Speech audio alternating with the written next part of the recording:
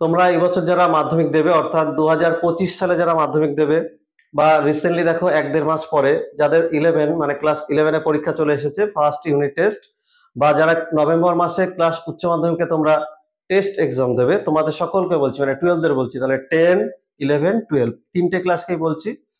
তোমাদের যদি ভূগোল সম্পর্কে যদি নতুন নতুন তথ্য জানার ইচ্ছা থাকে বা তোমাদের যে বই যে টপিকস গুলো আছে সেগুলো ছোট ছোট ভিডিও আকারে যদি তোমাদের জানবার ইচ্ছা থাকে, তাহলে তোমরা অবশ্যই আমার যে ইউটিউব চ্যানেল অল ইউনিট সেই চ্যানেলে গিয়ে কিন্তু তোমরা ভিডিওগুলো দেখতে পারো। তোমাদের প্রত্যেকটা সাবজেক্টের ভিডিও ছোট ছোট করে তৈরি করা হয়েছে।